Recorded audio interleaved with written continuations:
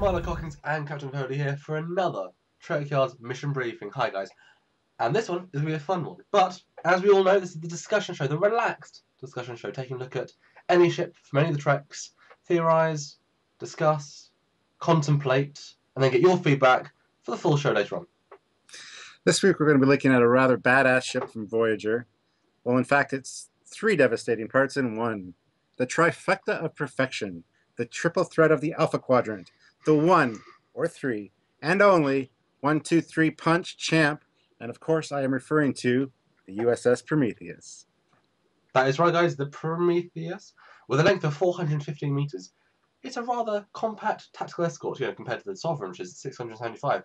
Now, I've got to say, this ship is actually, well, it's always been in one of my top three. It changes depending on, where I am in life and which show I'm watching. But normally it lives at number one, so I'm really excited to see all about this ship and to learn some extra cool facts. So, yep, USS Prometheus. Yeah. You say it's one of your top three favorites. Well, there's Always. three ships there. Are all three ships all the top three? Yeah, I think the bottom one is my favourite. Yeah, that one is the just something about. Okay, well, we all know you love the Prometheus. I know, so do I. But beautiful. This, of course, is just the first episode taking a look at her. We will be talking to Rick Sternbach at a later date about the ship and then putting that all together into our complete Trek Yards episode later on in the year. So let's get right into it. So this is the first picture. It's a 3D render with... Well, actually looks good, doesn't it? It's a bit dark, but it's fun. And it just shows that this ship is so pointy, but in such a sleek, kick-ass way. Just is. Yeah, I love the design of this ship. The four nacelles are really cool. But not... something about it that just doesn't sit well with me sometimes. I don't know. We'll maybe discover what that is during the course of this episode. But this will be therapy for you. I do like the ship. So yeah. Okay, so the next picture is from Star Trek Online, yes, and I love the purple on the engines, the Dominion engines there. That's cool. Yeah, because in the game Star Trek Online, they did lots of missions, as in specific episodic missions, and each one you'd get like a Breen or a Jem'Hadar sort of engines and weapons and shields and stuff. And if you put them onto a ship, it would alter parts of it. Like you see, these are the Dominion engines, and it really changes the look of a lot of them. Pretty nasty, actually. It's kind of... Yeah. Oh. I actually have Dominion engines on my TOS Connie in Star Trek Online, my Executioner right here. And it looks really cool with the blue streaks behind, or the purple streaks behind it. So I really like that look. And I also love the darker hull colors that you get on Star Trek. But yeah, it gives it... It's very much an almost Section 31 feel, but purple. So the next picture is, we're going straight into the side view to really get a sense of scale and what is in the ship. And pretty compact little ship, a lot of stuff. Well, three computer cores, obviously. You need three of everything because of the ship separating. Well, you say that, but only one shuttle bay. Well, yes, okay. And this is access restricted, security clearance level Sigma 9 required. So I'm glad we were a captain and commander, eh? Top-notch security, yeah. It's got a tertiary warp core. Yeah, cool. So it's got the that's at the bottom. It's got the primary warp core. Yeah, which is on its lunar side. So that's fun. Oh, it's got the bottom section, the bottom ship has landing struts. So the bottom is capable of landing. Well, looks like the other ones are not, though. Well, you gotta have a look. I mean, they take a lot of space to do landing legs.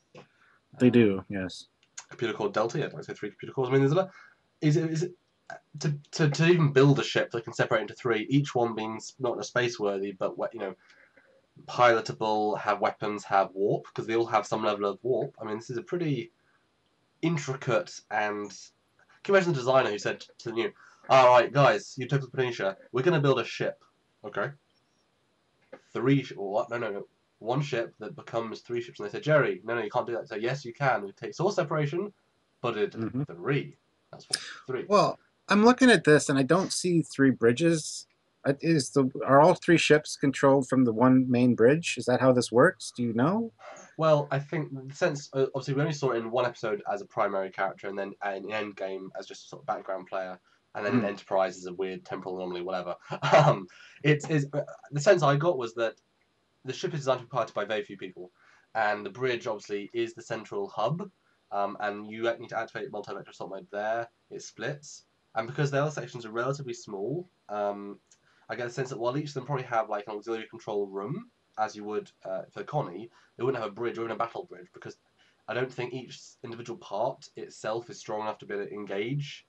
So it's designed to be, one Used in come into conjunction with battle, the other yeah, ones. then split, then reconnect. And while they all need to have warp, because obviously, as we see in TNG, you separate, then it goes out of warp. Well, that's the end of your fast and light travel. I do get the impression that one bridge, but certainly piloting, unless you want to have computer controlled as they do in the show. Or unless when they separated, they said attack pattern, whatever. I wonder if they're just different attack patterns set up, or if they're actually. Well, that's computer controlled, obviously, but I'm sure you can pilot all three.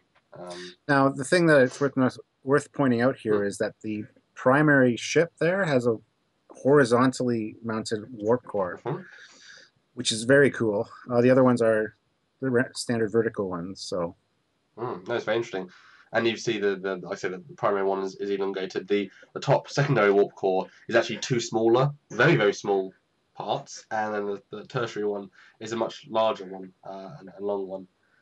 It's really interesting. But it looks like, I mean, when you start having to fill the ship, these computer cores are 3 decks high, warp cores, engines. There's not a lot of space for everything else. I'm sure this is not a luxury ship by any means. I don't even know if they necessarily have a holodeck. I mean, do you see a holodeck there? Nothing listed, no. It's a side-on view, so you're losing a lot of space in the translation. But I mean, although if you look at the furthest right, there's 3 different briefing rooms along the edge of the saucer, because why not? Cool. So let's go on to the next picture, and this is it, separated into all 3 parts. Multi-vector assault mode, you beauty. I'm not a big fan of the primary part that has the bridge. I like the 2 lower parts. Well, that's the genius of it, isn't it? It's got the secondary hull which splits, and then the bridge is like the saucer just comes out like that. You wouldn't split the saucer, would you? So it makes sense to organically have 3 complete segments. Yeah, but I forget. Does the primary one have a warp engine? Yeah, it has a warp engine right at the top there. Cool. Which comes out. So yeah, all 3 are warp capable. Although here you can see one at the bottom, so I'm not sure if that's the impulse or something, or if there's in fact 2. I don't know. But yeah, the top's also warp capable. So. Oh wow, cool. But it's interesting to see. They look very distinct. I mean, the bottom one actually, just as a design. Imagine if the bottom piece you put an actual, a secondary ridge on the top to actually make it a fully fledged saucer. That'd be kind of a cool ship. It's a neat. I love that design actually, with the low slung engines like that. It looks very cool. It's very distinctive and very. I wouldn't say aggressive. Just it feels like it would be a maneuverable ship, which they all are. That's sort of the point. And it's interesting. You see in the middle part, they've got these yellow, I guess, connectors. Because if you're separating a ship, there's a deck line, and you've got actually a physical thing. I wonder how it separates. Like, are these magnetic? Are they physical, clamps? I mean, how do you think it separates? They look reminiscent of the ones in the Galaxy class, where the things come up and you actually see them up, raise and lower. So, but I think that might take too much time. I'm sure by this point they've kind of advanced it a little bit more, so they might be a maglock or something. Yeah. But each part is very elegant and looks deadly. Or the saucer does look a little bit off in comparison because it's much chunkier. Yeah. But when you see them fly, I mean, they're an incredible force. And imagine if you had like a fleet of 10 of these, all separated in 30 pieces. Just that would be. Oof. This would have made an awesome ship for Voyager.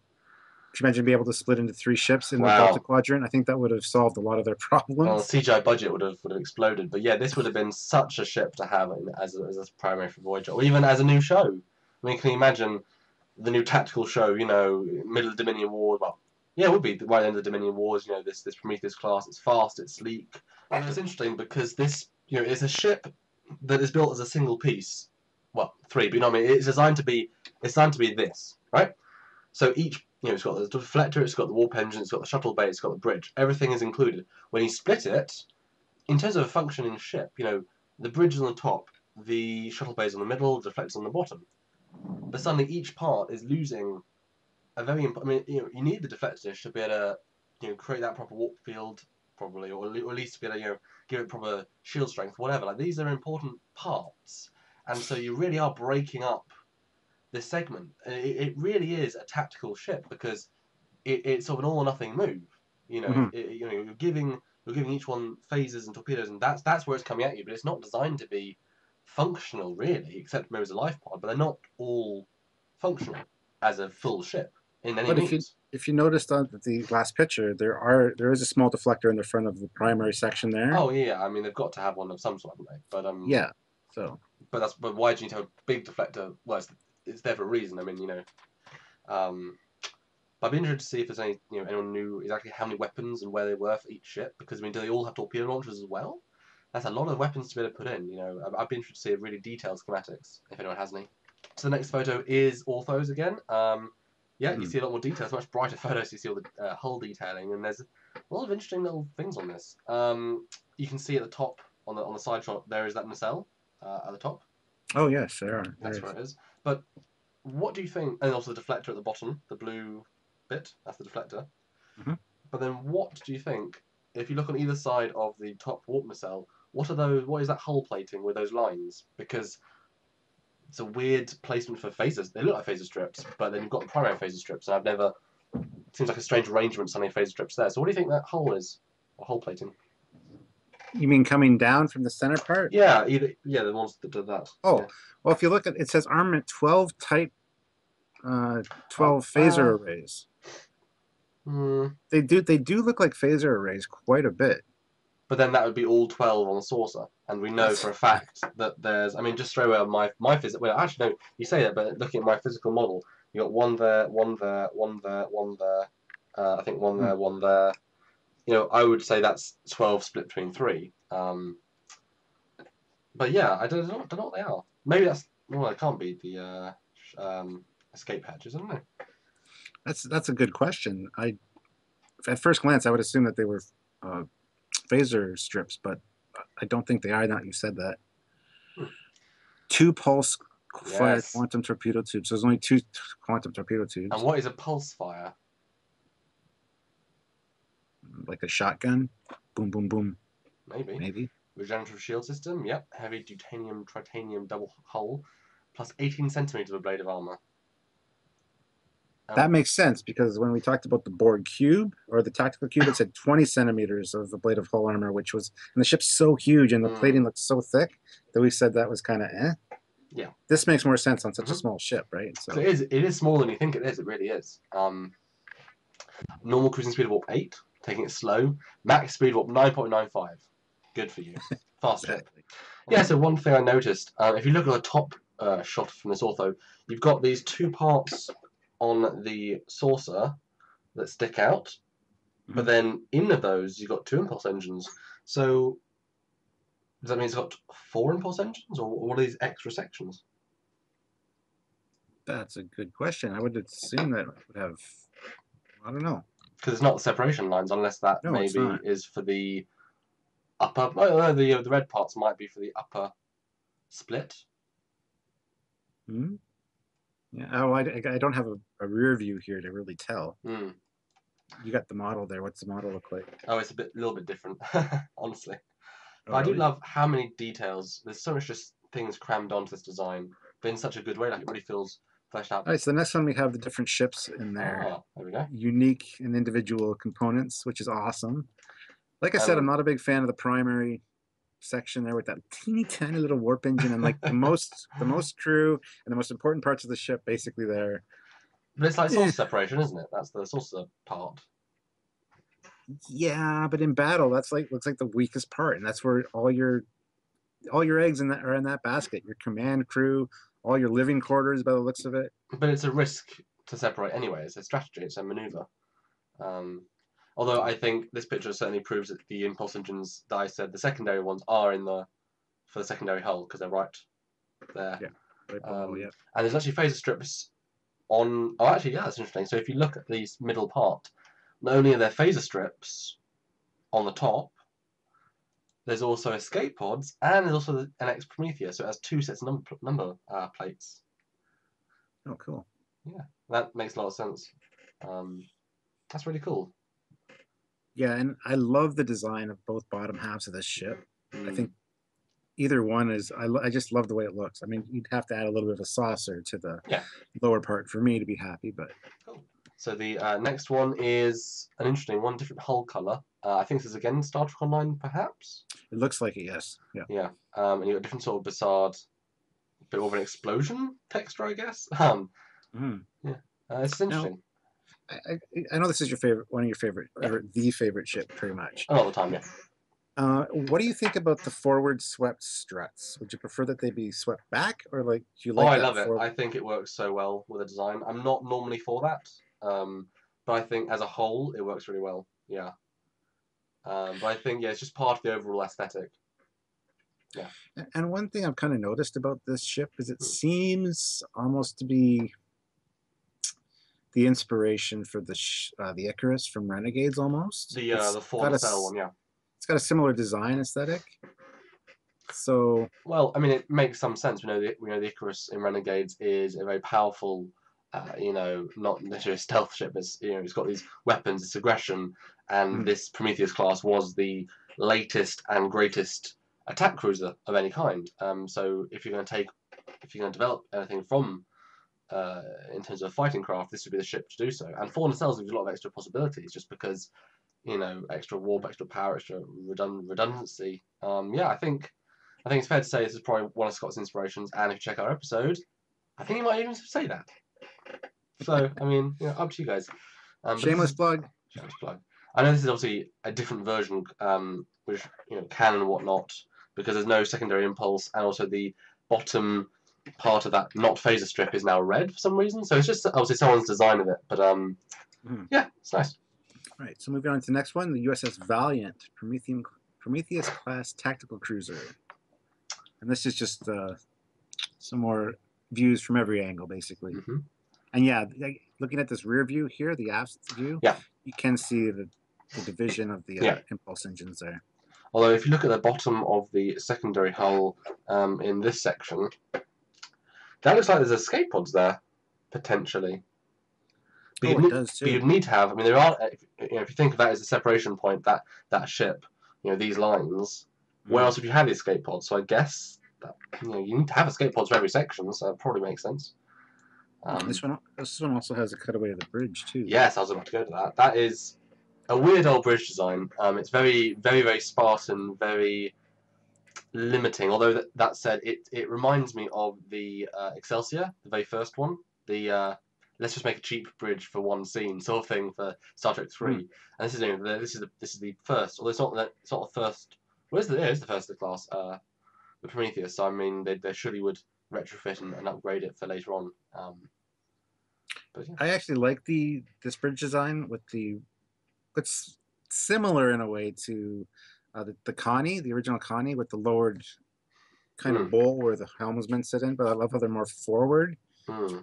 And the railings go around. Yeah, I'm a big fan of this design. I'm not big on the colors of it. It's a little too bright when you see it on screen. Yeah, and there's a lot of empty space. Yeah, I would have preferred more like a movie era color palette. A little bit darker grays and the bright whites. So I get the feeling that this ship, if you'd had this internal section with the bars, if you had pulled that in another sort of meter or whatever, you could put control panels, consoles, on each of those railings, which would fill in that empty space and give a lot more functionality. Like, you don't need that much space in that lower pit. So I think that was probably just a budgetary constraint. And I've read somewhere, I don't think it's confirmed, but I think this was a redress of the E bridge, as was seen in the movies, which is why it has a very similar feel in terms of the bulkheads, because the bulkheads at the back are the same slanting, although they had to obviously change the floor and whatnot. But that's why it's less different. They're going to change a certain amount, which is what always happens with Star Trek bridges. But I mean, it was a little bit more limiting with what they could do.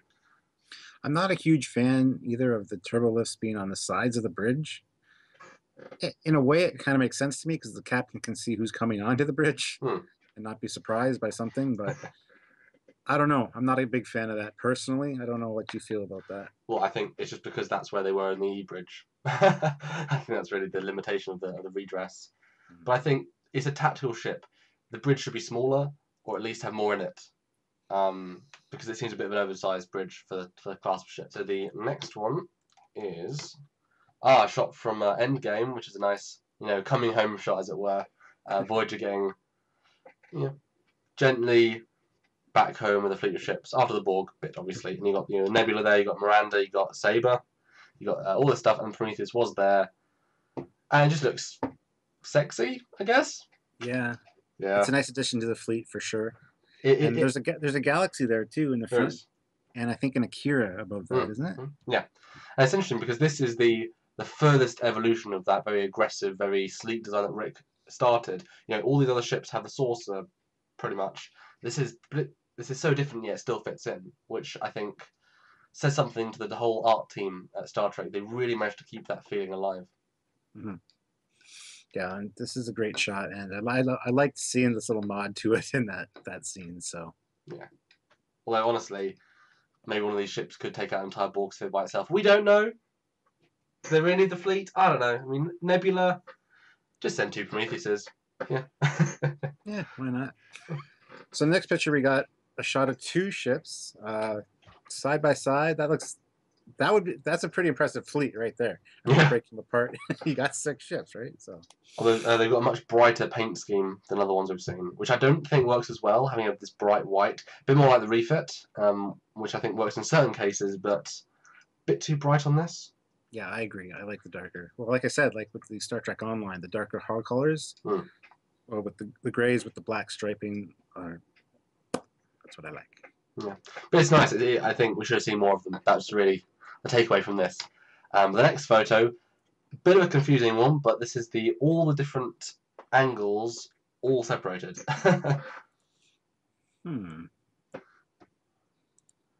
Just take it in, really. Yeah, I mean it's cool to see it compared like that. I really like this picture actually. But then again, like I said, I'm not a huge fan of that primary section. But do you like it when it's combined with the other sections? Is it just on its own? Okay. On its own, it's ugly as hell. What do you think would improve it then? Like, what would you want to see?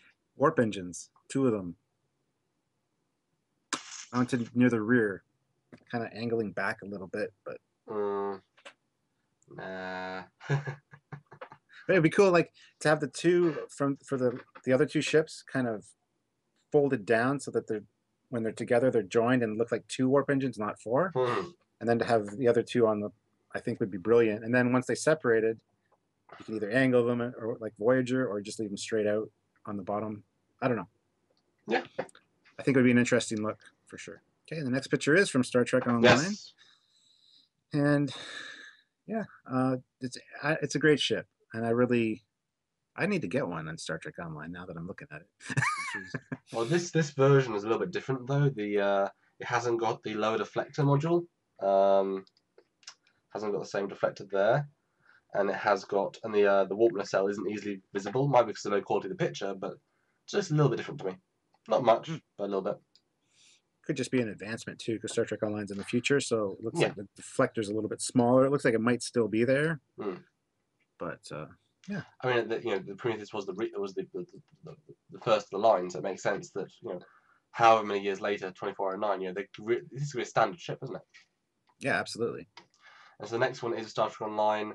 They managed to get it separate. They didn't do it at the start, but it's separated after a bit. And yeah, this is I guess this would be the highest quality model out there of the Prometheus, the most modern. And what's nice, this version actually shows the top warp engine out as it would be.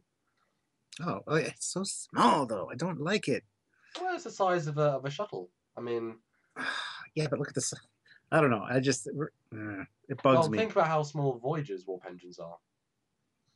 I mean, obviously this is a lot smaller, but you don't need a warp engine if you think about proportionate size, that warp engine to that ship, to that primary hull, is possibly about the same size, equivalent as the Voyager warp engines to the Voyager hull. But it makes you wonder how fast that section can go compared to the other 2 in a race, and also power generation. Is the primary part the part that has the quantum torpedo launchers? Because, and like it looks like it has most of the main bulk of the phaser strips. It seems like such a piddly little warp thing for that. I don't know. I mean, it really bugs me. Well, it's going to be going slower. It is, obviously, but just the fact that you can escape at warp is all you need, really.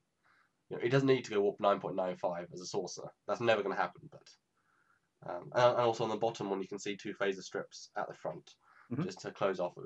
We saw those. But yeah. Okay, next picture is actually from In a Bottle, the episode In a Bottle. Message in a Bottle. Message in a Bottle. I do know this. I watched it many times. Me. Yep. Anyway, yeah, so seeing it at work, it's interesting that they don't really need that. When it's assembled, I can see that little warp engine on the top there, they can use that extra power for other things. And I mean, you're going to have the ship assembled most of the time, right? So yeah. It's kind of like a dreadnought in a way with that extra engine up there, just providing more it's power. like a dreadnought, Stuart, but with 2 more nacelles. What do you guys think? Do you guys like the petty little warp engine on top? We need your comments below. I don't like it. Well, you've made that perfectly clear. And on to the next one. This is it splitting in episode. A very iconic moment. And I think no one could have predicted that. I think it probably blew a few fans away. I mean, what did you think when you first saw this, when it was first on TV? I thought it was really cool, personally. And yeah, I would like to see more ships like this. It almost makes sense in a way to help with exploration missions. You know, you can land a section of your ship and then go off and explore a nearby nebula. I don't know. There's always so many possibilities, right? Although it is worth pointing out, this scene where it separates does break a rule of continuity. They each fire phasers at warp, which you can't do. Good point. And they destroy a nebula, which also doesn't fight back, even though, I mean, whatever. It's a cool scene, but it's a poor nebula. But I mean, it's a bit of a dodgy scene in some way, but very cool. All right, so our last picture is just another beauty shot with no registry number, so it can be any ship you can imagine. It can be your own ship. It could be anything. It could be the USS Trek Yards. Or not. Yeah, I mean, I do think, though, that grey space is begging for a registration number. I think it needs that just to make it all feel whole. Like, it feels empty to me, which is kind of a strange thing to say, but I think it's very much needed. Oh, I agree 100%. But, you know, you can use your imagination to make it any ship you guys want. So, anyway, my final thoughts on this ship are it's a great design. It's a great evolution for Starfleet. I love the multi-vector assault idea. And I think it had multiple uses, not just as a combat ship or a cruiser, but for like even scientific purposes, this would be a great design because there's you have so many things you can do with multiple ships. Yeah. You know what I mean? I think this is, again, pushing the Federation's idea of purpose-built ships for different situations. You know, Steamrunner, Akira, you know, they're all different purposes. It's not just the Constitution class, which does a bit of everything. You know, this is a tactical ship, and I agree it could do other functions if need be. You know, but it is very much sleek for its purpose. I think it was an interesting new take. And I'm really looking forward to talking to Rick about all the stuff he thought about with it. And you know what he said in the script, because that's always helps drive the narrative in terms of design. But yeah, it's a great little ship. And yeah, hope you guys enjoyed this. Yeah, well, hold on, I got another point here. Oh goodness, you're speaking sparks my imagination. So you mentioned too that with the new, we've learned that in our research that the new Starfleet aesthetic or design idea is to have ships that complement each other, like the Saber and the Steamrunner are meant to work in conjunction, basically. This just takes the concept to the next level and incorporates all the ships you need into one design. And I think that's a brilliant idea. So that's all I wanted to say. I think to follow on from that, I think it still feels like a fleet ship because the piece as a whole is strong enough to take on multiple enemy vessels. You know, for example, if you have it with, say, an Akira or a Saber or a Steamrunner, then the fact that they separate, it doesn't matter that each part is weaker than the whole because you have other things to have enemy fire being focused on. The 3 parts then work in unison. But I think as 3 versus a single enemy, when it splits, each part is much more vulnerable. I mean, you can't have class 10 full power shield generators on each part of the vessel. Like, you are going to minimize to some extent the weapons, the shields, something. So I think it is still a fleet ship when you have this ability, or a last-ditch attempt, or a last-ditch strategy. I mean, it's not just, hey, we're going to attack you, split, you're destroyed. There's limitations, which there should always be. I think it's still part of that whole fleet of Starfleet ships, which I think really is a great thing. I agree. So closing thoughts are just that. It's a great ship. It's a Great great ship. evolution. And that is it for another Trade Cards mission briefing. A very cool ship and close to my heart, but would love to have seen her more, and I'm sure you will for Track Yards. So let us know what you think about the sleep vessel in the comments below. And remember, guys, if you love Prometheus just as much as I do, and Stuart, apart from the top, share this on Facebook, on Twitter, on any site you think fans would love it, because we obviously love to hear your comments. We love to hear your thoughts, but we love views as well. I mean, try and get out there. And remember, guys, do let us know what ship you want to see next in the comments below. And from myself and Captain Foley, as always, see you next time.